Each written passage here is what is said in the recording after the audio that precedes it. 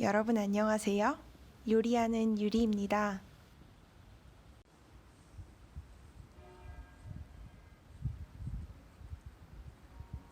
저는 채식을 지향하기 몇 년 전부터 벌써 우유나 요거트를 포함한 모든 유제품을 끊은 지 몇 년 차가 되었어요. 우유는 두유로 대체한다고 해도 요거트는 어떻게? 라고 생각하셨던 분들이 있다면 제가 오늘 상큼하고 부드러운 맛 그대로 살린 두유 요거트 만드는 법을 소개해 드릴게요. 그럼 만들기 너무나 간단한 두유 요거트 함께 만들어 볼까요?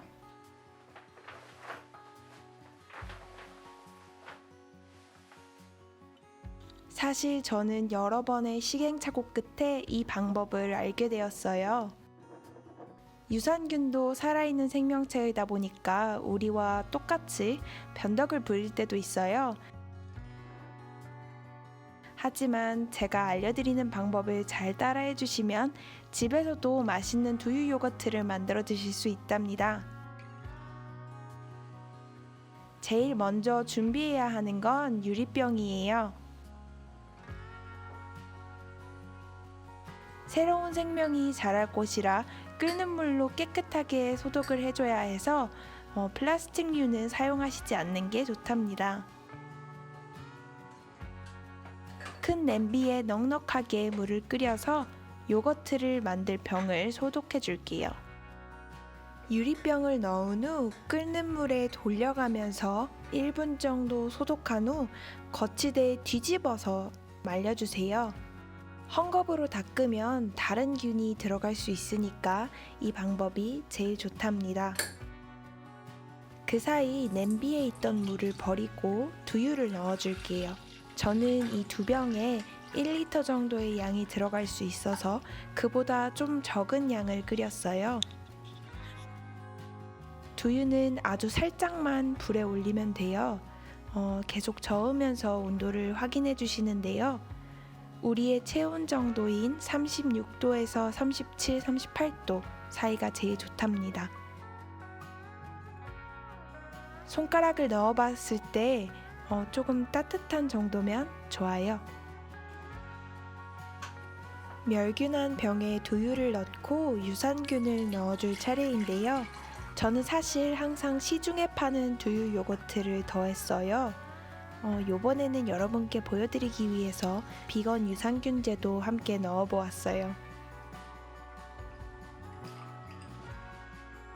두유 요거트 파는 곳은 하단 설명란에 소개해드릴게요. 왜 미리 만들어진 두유 요거트를 스타터로 쓰는 게 좋은지는 조금 이따가 알려드릴게요.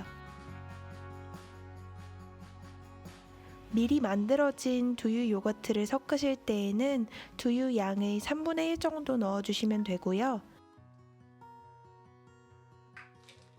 유산균제를 쓰신다면 보통 이렇게 2알 정도를 녹여서 써주시면 된답니다.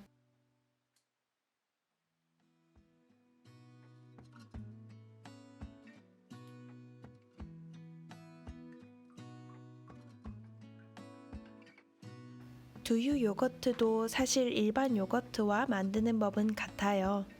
8시간 이상 따뜻하고 일정한 온도에 두셔야 유산균이 활발하게 잘 자라날 수 있어요. 저는 큰 보온 가방에 뜨거운 물을 부은 보온팩을 함께 넣고 8시간 이상 둔답니다. 요거트기가 있으신 분들은 요거트기를 써주셔도 되고요. 없으신 분들은 전기장판 낮은 온도에 두고 이불 덮어서 두셔도 좋아요. 이 병이 따뜻하게 유지되도록만 해주시면 된답니다.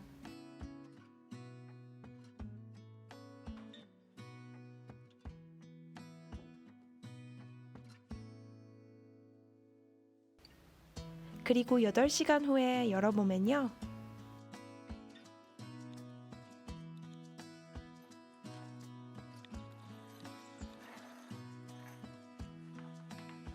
이렇게 몽글몽글 벌써 요거트 느낌이 나죠?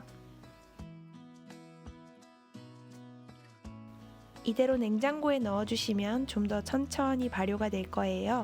그리고 질감도 많이 요거트처럼 변한답니다.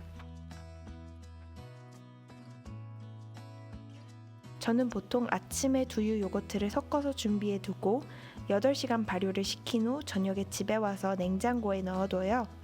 그럼 다음날 아침에 신선한 요거트를 먹을 수 있거든요.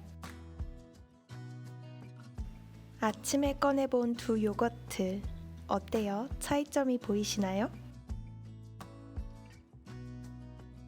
시중에 파는 요거트를 넣은 애는 훨씬 더 발효가 잘 됐어요.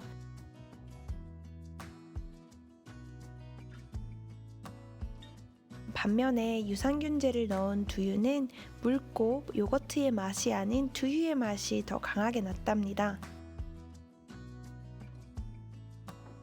환경에 따라 잘 자랄 수 있는 유산균이 다른데 미리 만들어진 요거트는 이미 두유에 맞는 유산균이 증식을 잘했기 때문에 집에서 쓰기 훨씬 더 편하고 쉬운 것 같고요.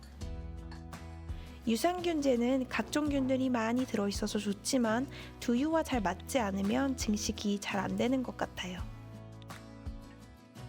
그래서 좋은 두유 요거트를 사서 집에서 맛있는 요거트를 계속 만들어 드시는 게 더 이득인 것 같아요. 물론 쓰레기도 줄여서 환경 보호에도 더 좋고요. 저는 이렇게 아침에 간단하게 그래놀라 만들어서 과일과 함께 먹고 있어요. 오븐 없이 만드는 초간단 그래놀라 요리법 궁금하시다면 지금 바로 상단 링크 확인해주세요. 제가 오늘 보여드린 두유 요거트 집에서 만드는 법 좋아요 꼭꼭 눌러주세요.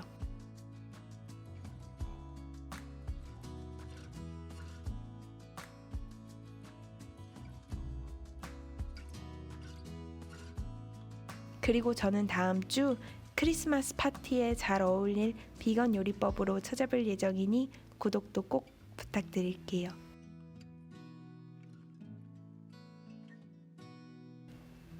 그럼 오늘도 즐겁고 건강한 요리하는 하루 되세요.